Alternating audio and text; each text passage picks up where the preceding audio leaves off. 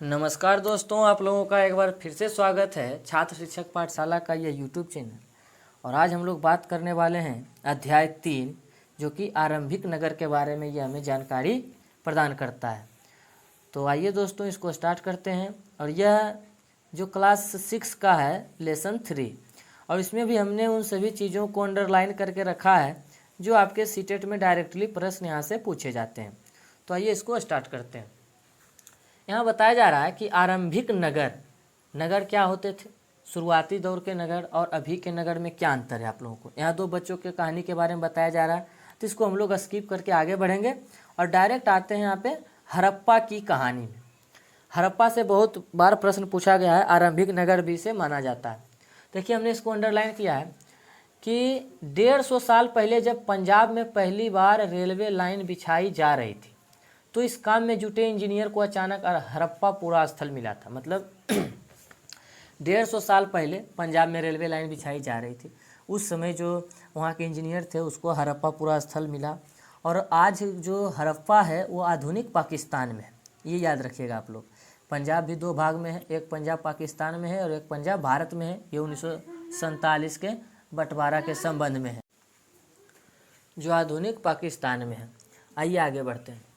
कहता है कि यह एक ऐसा खंडहर है जहाँ से अच्छी ईंटें मिलेंगी, इसीलिए सोच करके वो लोग इसको ख़त्म करते चले गए और हड़प्पा के खंडहरों से उन्होंने हज़ारों ईंटें उखाड़ ले गए जो इंजीनियर उस समय थे, और जिससे उन्होंने रेलवे लाइनें बिछाई और इससे कई इमारतें पूरी तरह नष्ट हो गई। मतलब जब वो रेल लाइन बिछा रहे थे तो खुदाई के दौरान वहाँ एक पूरा का पूरा शहर मिला था और उस शहर में बहुत सारे ईंटों का प्रयोग किया गया था घर बनाने के लिए। तो आइए इसको आगे बढ़ते हैं। कहता है कि उसके बाद लगभग 80 साल जो पहले थे वे जो पुरातत्वविद थे उन्होंने इस स्थल को ढूंढा था। यह खंडहर उपमहाद्वीप के सबसे पुराने शहर में से है।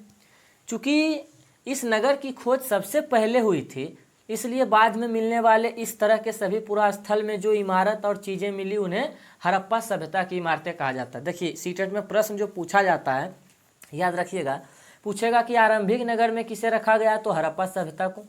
और इसका शुरुआत जो था ये कब हुआ था, तो 150 साल पहले एक अंदाजन लगाया जा रहा है। और उसके बाद जो 80 साल पहले जो पुरातत्वविद को जो भी स्थल मिले, चूँकि 150 साल पहले यह नगर मिला था, तो उसके बाद जो भी नगर मिले, जो भी अवशेष मिले, उसे हम हड़प्पा सभ्यता या हड़प्पा नगर के नाम से जानते हैं। और इस नगर की खोज सबसे पहली हुई थी, इसका मेन कारण यही था तो आज हम इसको हड़प्पा सभ्यता कहते हैं। प्रश्न यहाँ बताया जाएगा कि शहरों का निर्माण लगभग 4700 वर्ष पहले हुआ था। ये जो हड़प्पा के शहर थे इसका निर्माण लगभग 4700 वर्ष पहले हुआ था, तो ये आप लोग ध्यान में रखिएगा। चलिए आगे बढ़ते हैं।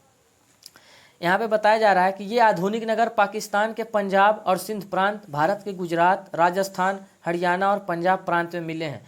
ये जो आरंभिक हड़प्पा नगर थे ये तो पाकिस्तान में मिला था, और पाकिस्तान के पंजाब में और सिंध प्रांत में। सिंध प्रांत वैसा प्रांत को बोला गया है जो सिंधु नदी के किनारे जितने भी प्रांत बसे हुए थे। और वहीं भारत में भी इसके कुछ अवशेष मिले हैं, जैसे गुजरात में, राजस्थान, हरियाणा और पंजाब में। तो आइए दोस्तों इसको आगे लेकर के चलते हैं।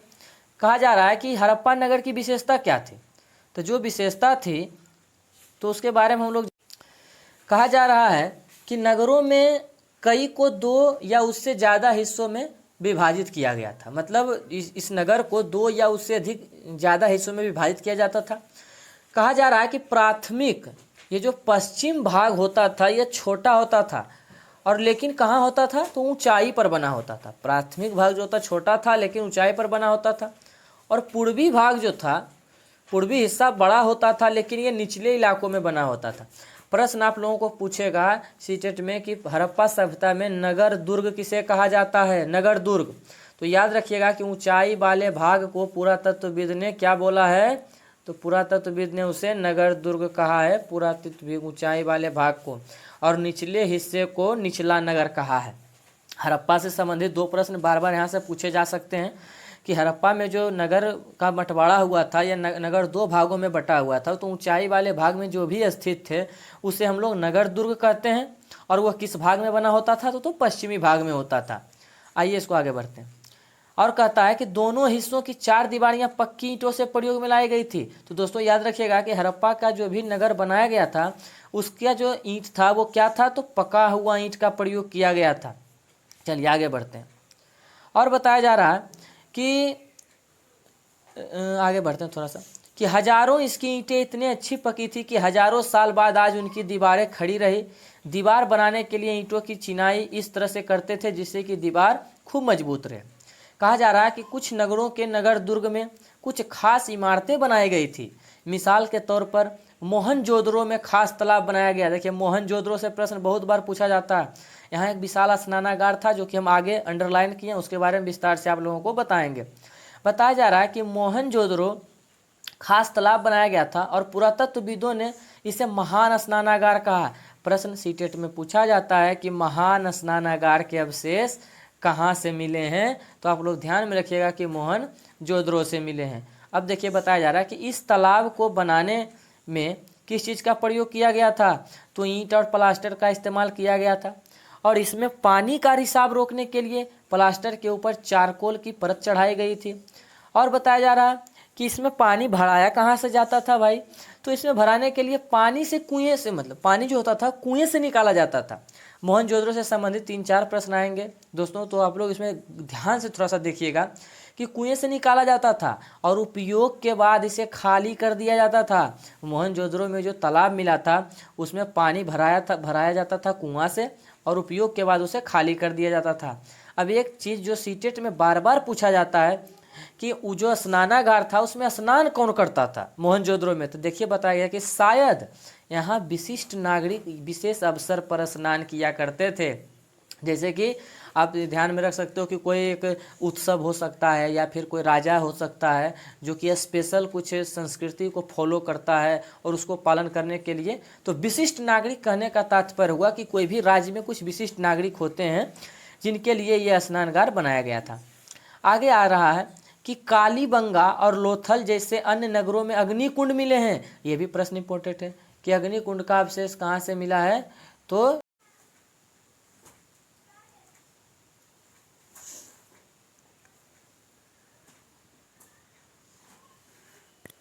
संभवतः ये सब काम यहाँ पे करते थे।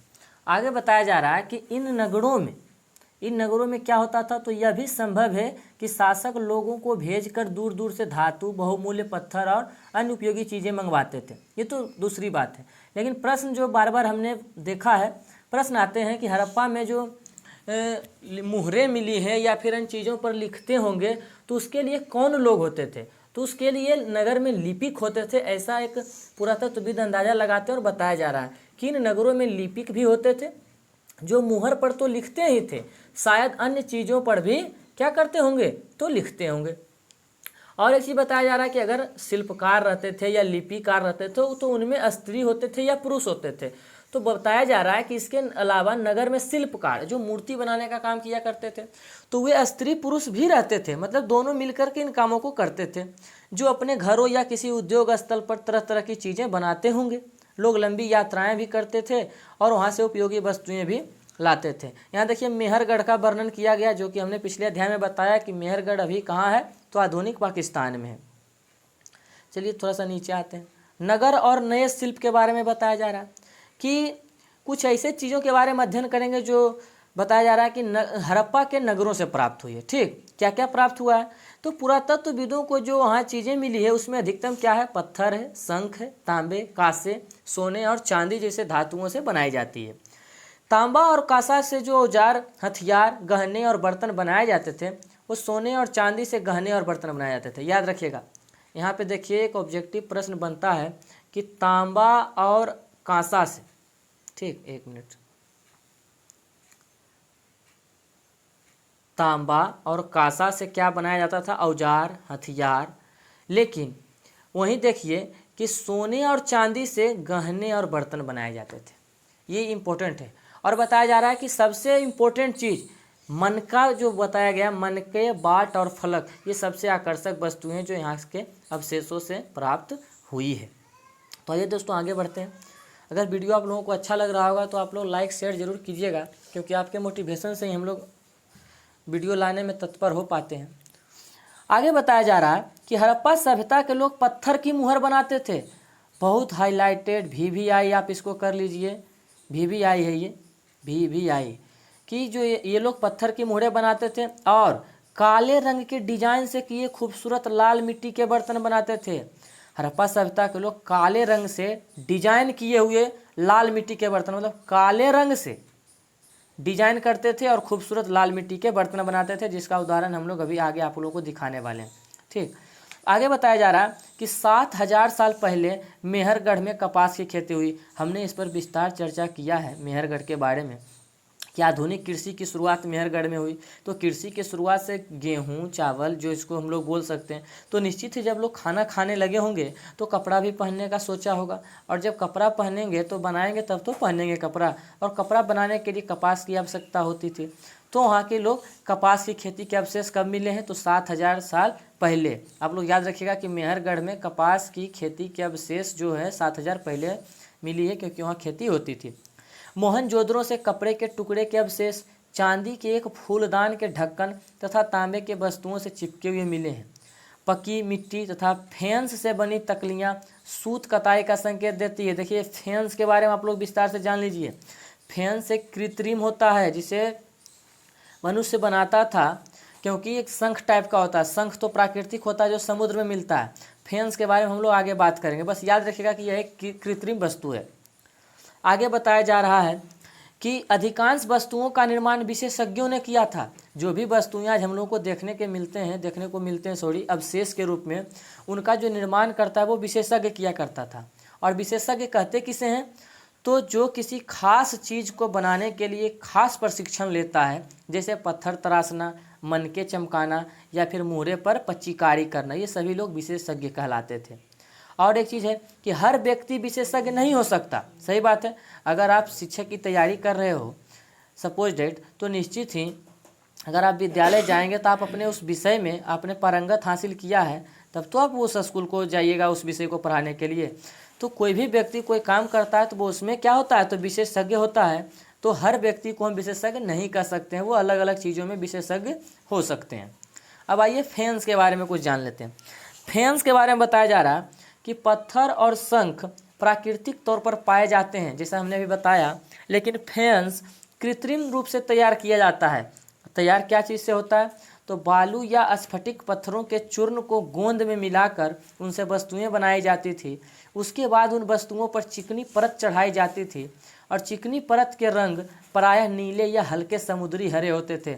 अब देखिए हम सीटेट के दृष्टिकोण से आप लोगों को बताने जा रहे हैं कि प्रश्न कहाँ से पूछेगा, बोलेगा कि फेंस क्या है, तो आप बताइएगा कि कृत्रिम रूप से तैयार किया जाता है।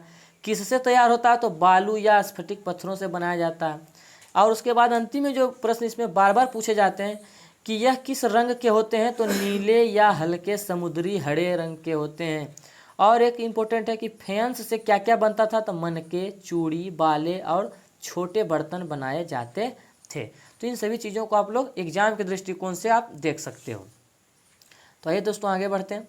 अब दिया है कच्चे माल की खोज में हम लोग इधर उधर भटकते थे, तो उसके बारे में कुछ वर्णन किया गया है जो हमारे प्राचीन मानव होते थे। बताया जा रहा है कि कच्चा माल उन पदार्थ को कहते हैं जो प्राकृतिक रूप से मिलता है। ये तो आप लोग जानते ही होंगे। और इसका जो डायरेक्टली जो उत्पादक होगा वो कौन होगा, तो किसान और पशुपालक होगा। जो किसान होंगे, जो पशुपालक होंगे, वही तो कच्चे माल का उत्पादन करेंगे। जैसे में बताया जा रहा है कि लकड़ी या धातु के अयस्क प्राकृतिक रूप से कच्चे माल हैं, और इनसे फिर कई तरह की चीज़ें बनाई जाती है। मिसाल के तौर पर जैसे किसान द्वारा पैदा किया गया कपास को कच्चा माल कहते हैं, और लेकिन इसके बाद जब वो कताई बुनाई कर लेता है तो कपड़ा तैयार हो जाता है। उसी प्रकार हड़प्पा में लोगों को कई चीज़ें वही मिलती थी, लेकिन तांबा, लोहा, सोना, चांदी और बहुमूल्य पत्थर जैसे पदार्थों को दूर दूर से लाते थे। यहाँ भी एक हम अंडरलाइन आप लोगों को करके बताएंगे कि देखिए हड़प्पा में कई लोगों को कई चीज़ें वहीं मिलती थी, जैसे कि जो भी कच्चा माल होता था, खाने वाला पदार्थ होता था, वहीं मिलता था। लेकिन ये जो लोहा, सोना, चांदी, बहुमूल्य पत्थर होते थे, ये कहाँ से लाए जाते थे, तो ये दूर दूर से मंगाए जाते थे। आइए आगे बढ़ते हैं। अब कुछ बताया जा रहा है हड़प्पा के बारे में कि हड़प्पा के लोग तांबा का आयात कहाँ से करता था। याद रखिएगा तांबा का आयात दिया है राजस्थान, जो कि कभी कभी जगह में दे देता है, तो खेतड़ी याद रखिएगा, खेतड़ी। ठीक, हाँ, खेतरी से होता था, आज के राजस्थान से। और पश्चिम एशियाई देश जो ओमान है वहाँ से हम लोग तांबा का आयात किया करते थे। किस लिए? देखिए, तांबा का आयात संभवतः आज के राजस्थान से होता था, और पश्चिम एशियाई देश ओमान से भी तांबे का आयात होता था। तो प्रश्न तो सभी लोग जानते हैं कि राजस्थान से तांबा का आयात होता था हड़प्पा के लोगों को, लेकिन ऑप्शन आप लोगों को देगा, ज़्यादा फोकस इस पर क्वेश्चन करेगा कि पश्चिम एशियाई देशों का नाम बताओ जहाँ से कि मतलब हड़प्पा सभ्यता में लोग तांबे का आयात करते थे। तो आप लोग इसको याद रखिएगा, ओमान। वहीं कांसा बनाने के लिए हमें तांबा की आवश्यकता पड़ती है, तो निश्चित है तांबे के साथ मिलाए जाने वाले धातु जो होता है टीन, कांसा जो बनता है वो तांबा और टीन को मिला करके बनाया जाता है। तो धातु जो होता है टीन वो हमको आधुनिक ईरान से मिलता था उस समय, और अफ़गानिस्तान, आधुनिक ईरान और अफ़गानिस्तान से क्या मिलता था? तो तांबा मिलता था, सॉरी टीन मिलता था। और सोने का आयात होता था आधुनिक कर्नाटक से, जहाँ की कोलार की खान है, याद रखिएगा। ये जो कर्नाटक है, कर्नाटक में कोलार की खान है जो सोने के लिए प्रसिद्ध है, तो सोने का आयात कर्नाटक से होता था। और बहुमूल्य पत्थर का आयात गुजरात, ईरान और अफ़गानिस्तान से। यह प्रश्न को तो हमने बहुत बार अनुभव भी किया है कि बहुमूल्य पत्थर उस समय के लोग कहाँ से लाते थे? तो गुजरात, ईरान और अफ़गानिस्तान से। आइए आगे बढ़ते हैं। आगे बताया जा रहा है कि नगरों में रहने वालों के लिए भोजन क्या होता था। तो जो लोग नगर के अलावा गांव में रहते थे वे अनाज उगाते थे और जानवर पालते थे। किसान और चरवाहे ही शहर में रहने वाले शासक, लेखक और दस्तकारों को खाने का सामान देते थे। पौधों के अवशेष से पता चलता है कि हड़प्पा के लोग गेहूँ, जौ, दालें, मटर, धान, तिल और सरसों भी उगाते थे। तो ये प्रश्न आप लोग याद रखिएगा कि हड़प्पा के लोग कौन कौन से फसल को उपजाते थे? तो गेहूँ, जौ, दाल, मटर, धान, तिल और सरसों। और ज़मीन की जुताई के लिए हल का प्रयोग एक नई बात थी। देखिए, हड़प्पा काल में हल तो नहीं बच पाया, तो लोग अंदाज़ा कैसे लगाया कि हल का प्रयोग होता था? तो क्योंकि हल के आकार के खिलौने मिले हैं, और हल के आकार के खिलौने मिले हैं खुदाई में, तो इस तरह से पुरातत्वविद ने अंदाज़ा लगाया कि उस समय हल भी प्रयोग किया जाता था। लेकिन वो हल होते थे किस चीज़ से? तो लकड़ी के हल होते थे। और बताया जा रहा है कि इस क्षेत्र में बारिश कम होती थी, इसलिए सिंचाई के लिए लोगों ने कुछ तरीके अपनाए होंगे। संभवतः पानी का संचयन मतलब जमा किया जाता होगा, ज़रूरत पड़ने पर उससे फसलों की सिंचाई होती थी। और एक इम्पोर्टेंट बात कि हड़प्पा के लोग गाय, भैंस, बकरी ये सभी पालते थे, और बस्ती के आसपास तालाब और चारगाह होते थे। निश्चित है वो ऐसे जगह अपना बस्ती को बनाते थे जहाँ तालाब नज़दीक में हो, जिससे कि पानी पी सके और पशुओं को चरने के लिए चारागाह हो। लेकिन सूखे के महीने में मवेशी के झुंडों को चारा पानी की तलाश में दूर दूर ले जाया करते थे, और वे बेड़ जैसे फलों को इकट्ठा करते थे, मछलियाँ पकड़ते थे और हिरन जैसे जानवरों का शिकार करते थे। तो खाने के लिए गेहूँ, धान, चावल, दाल, और वहीं पे सिंचाई के लिए, पानी के लिए, खेती के लिए हल का प्रयोग करते थे। फलों में बेड़ को ज़्यादा पसंद करते थे, बेर को इकट्ठा करते थे और मछलियाँ पकड़ते थे और हिरन जैसे जानवरों का शिकार करते थे। तो इन सभी चीज़ों का वो लोग प्रयोग करते थे। अब बताया जा रहा है कि गुजरात में हड़प्पा कालीन नगर का सूक्ष्म निरीक्षण क्या दिया गया है? तो कच्छ एक शहर है, कच्छ के इलाके में खदीर बेत के किनारे धौलावीरा नगर बसा है। ये धौलावीरा के बारे में कुछ बहुत बड़ा इंपॉर्टेंट चीज़ है, तो आप लोग ध्यान में रखिएगा। वहाँ साफ पानी मिलता था और ज़मीन उपजाऊ थी। तो धौलावीरा नगर का एक गुण हो गया कि वहाँ साफ पानी मिलता था और ज़मीन क्या थी? उपजाऊ थी। जहाँ हड़प्पा सभ्यता के कई नगर दो भागों में बंटे हुए थे। उसी प्रकार मतलब हड़प्पा सभ्यता हमने शुरू में ही आपको बताया कि एक पूर्वी नगर और एक पश्चिमी नगर, एक नगर दुर्ग, एक निचला नगर होता था। लेकिन वहीं धौलावीरा नगर को 3 भागों में बांटा गया था। हर हिस्से के चारों ओर पत्थर की ऊंची ऊंची दीवार बनाई गई थी। इसके अंदर जाने के लिए बड़े बड़े प्रवेश द्वार होते थे। इस नगर में एक खुला मैदान था जहां सार्वजनिक कार्यक्रम होते थे। प्रश्न आप लोग यहाँ से याद रखिएगा कि धौलावीरा में सार्वजनिक कार्यक्रम के लिए किस चीज़ को खुला, मतलब कहाँ पर सार्वजनिक कार्यक्रम होता था? तो इस नगर की एक विशेषता थी कि इसमें खुला मैदान होता था जहाँ सार्वजनिक कार्यक्रम किए जाते थे। आइए आगे बढ़ते हैं। गुजरात की खंभात की खाड़ी में मिलने वाली साबरमती की एक उपनदी हमने पहला अध्याय में ही पढ़ा है कि एक बड़ी नदी की सहायक नदी को हम लोग उपनदी कहते हैं। तो यह साबरमती की एक उपनदी के किनारे बसा लोथल है, पहले बताया कि गुजरात में है। यहाँ से क्या मिला है, तो लोथल बहुत इंपॉर्टेंट है। लोथल को आप लोग थोड़ा सा इग्नोर मत कीजिएगा। लोथल यहाँ कीमती पत्थर और कच्चा माल आसानी से मिल जाता था। पत्थर, शंख, धातु से बनाई गई चीज़ों का यह महत्वपूर्ण केंद्र था।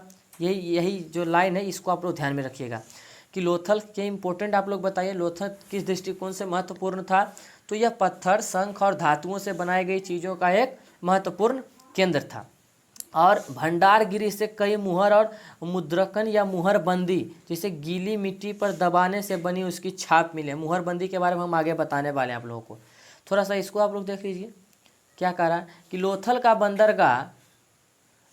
बंदरगाह के बारे में बता रहा है कि यह बड़ा तालाब लोथल का है, एक देखिए नीचे दिखाया जा रहा है, जहाँ समुद्र के रास्ते आने वाली नावें रुकती थी। संभवतः यहाँ पर माल चढ़ाया और उतारा जाता था। तो मतलब लोथल को आप लोग एक व्यापारिक केंद्र के तौर पर जहाँ पे ध्यान में रख सकते हो।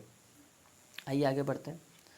आगे बताया जा रहा है कि यहाँ पर एक इमारत भी मिली है जहाँ संभवतः मनके बनाने का काम होता था। मनके हमने पहले बता दिया आप लोगों को। पत्थर के टुकड़े, अधबने मनके और मनके बनाने वाले उपकरण और तैयार मनके भी यहाँ मिलते थे। देखिए मुहरबंदी के बारे में हम लोग यहाँ विस्तार से जानेंगे।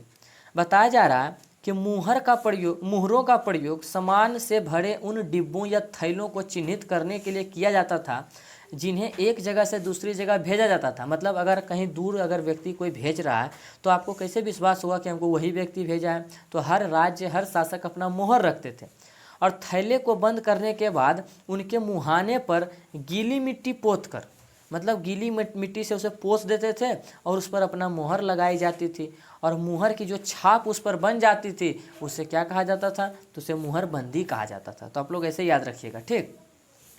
अब बताया जा रहा है कि हड़प्पा सभ्यता का अंत कैसे हुआ। तो इसके बहुत सारे कारण हैं। पहला कारण यहाँ बताया गया है कि 3900 साल पहले